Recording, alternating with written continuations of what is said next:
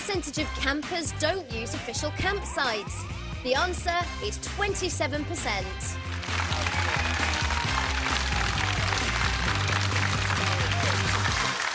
Now, we're in the final part of today's show. We're doing our annual camping clinic, this year with help from expert Will Gray, whose book, Britain with Kids, is somewhere around here. Where is it? I've lost it. There you go, it's on screen. That's why I couldn't find it. It's packed with useful information. 0207 173 5555 is the number for your questions. If you've never camped before, haven't been since you were a kid, don't know what you'll need or where to go, a lot of things have changed in the last few years, Will can tell you. The number of campers, in fact, has almost trebled in the past 4 years. Why the sudden surge in popularity?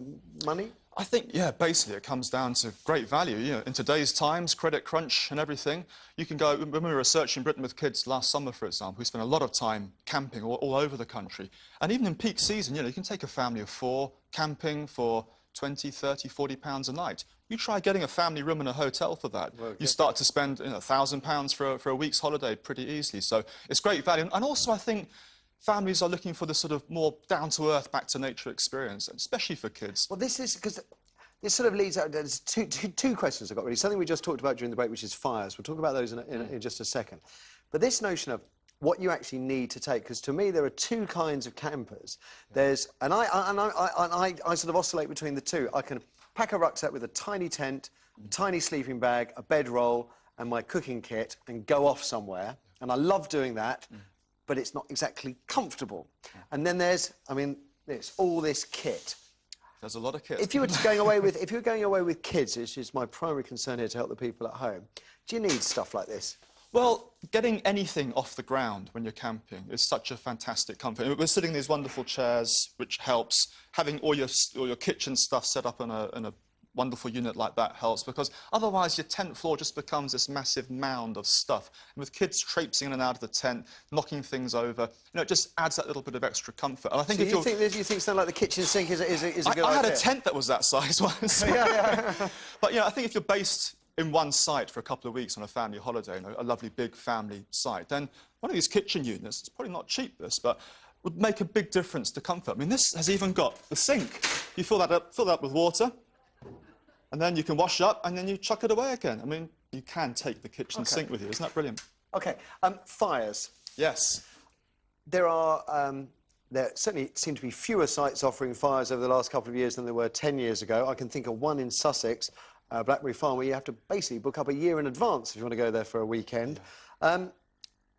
Campfires seem to be like quite a big part of camping, but they are quite hard to find sites. They're a huge part, and as you say, they are incredibly popular. We stayed in a couple last year, Cloud Farm on Exmoor, and also another farm over on the slopes of Snowdonia.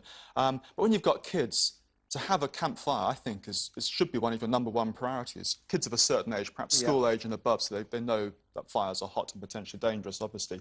But just this whole aspect, this whole notion of kids, you know, setting up their home with the tent and then making a fire, cooking their food. You know, the sausage is going to roll off onto the grass and get see the grubby and marshmallows horrible. over there. Well, there are not many left because your researchers eat most of them. That is the trouble with working on this show, yeah. And toasting marshmallows is the perfect thing to keep kids happy. Yes, I never understood the appeal of that, but kids love them because, you know, they get charred on the outside and there's molten magma-strength marshmallow inside, which drops down their chin and, you know, burns, gives them second-degree burns. But they love it, and it's all part of the experience, you know, not being too precious with them. OK, we'll talk more about some of the kit here, but first, let's throw it open to you. Kirsty, what do people want to know? We have Manjit first on line 2. Morning, Manjit. Morning. Hi there, what would you like to know? I'd just like to know about how my daughters would like a personal hygiene and stuff like that. If there's no facilities.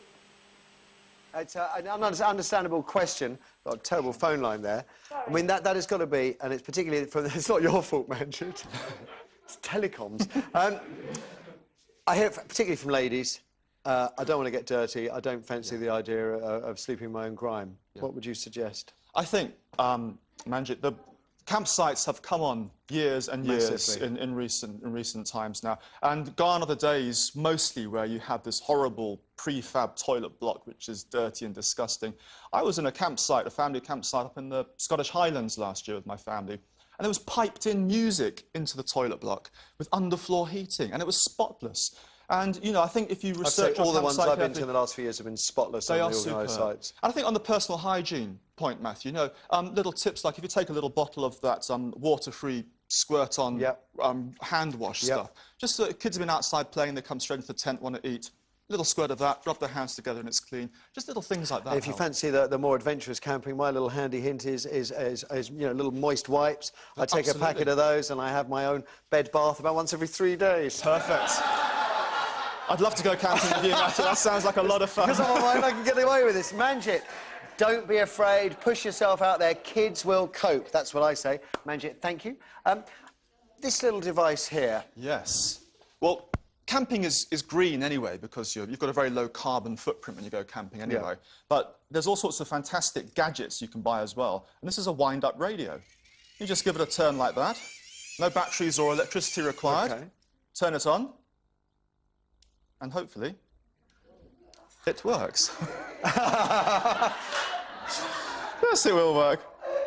When you tuned it in. The most important thing is... Plus, it needs more winding. Yeah. My kids have got these, and they spend half the holiday doing this. Exactly, exactly. And you can get the cricket in the end, I know. You can. Apparently it's turned on the other side, they're shouting to me in my ear, but we can get by that. All right. And a wind-up torch as well. Wind-up torch as well. Which is very handy. Let's take another call, please, Kirsty. Look at that, isn't that fantastic? Right, Kirsty, what do you want to know? That works. We have Katrina on line 1. Hi, Katrina. Hi. I told you want to know about bedding. Well, I'm like disabled, and I went camping with my husband, and I used an air bed, and it was really uncomfortable. Yes. And I struggled sort of getting up from the ground. Is there any other suggestions that you have?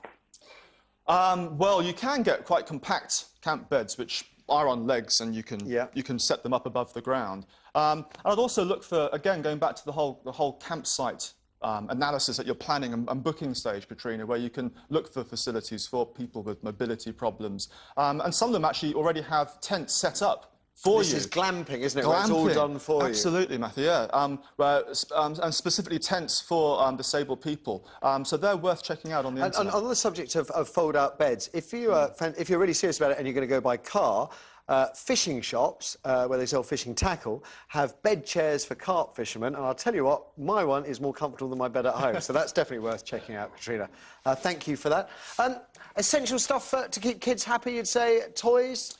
I'd say toys, although a lot of the appeal of camping with kids is that you leave the Nintendos and the PlayStations at home, or at least in the car. So, although wind-up radios are great, I prefer just to sort of pick a campsite where they can fly a kite, or go and build a den in the woods. Make the most of being outside. Absolutely. And finally, the doormat? Yes, my top tip. With kids, they've always cut the grass just before you arrive, and then they'll be walking, cut grass in and out of your tent, so a doormat to wipe their feet, and a dustpan and brush. A doormat, dustpan and brush, and a bucket for the wee-wees and just the wee-wees. If you have really. to. Yes. OK.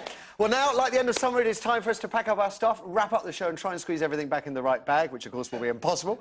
Many thanks to all your cool folks, and especially to you for giving up your time. We'll appreciate it. Really good stuff. And I'll be keeping an eye out for you this summer, actually, in my adventures. Tomorrow's special guest is Father Ted star Pauline McClin, now a successful novelist. Don't miss her. And don't miss the latest episode of CSI Miami, 9 tonight, right here on 5. Thanks very much for watching. Appreciate it. Bye for now.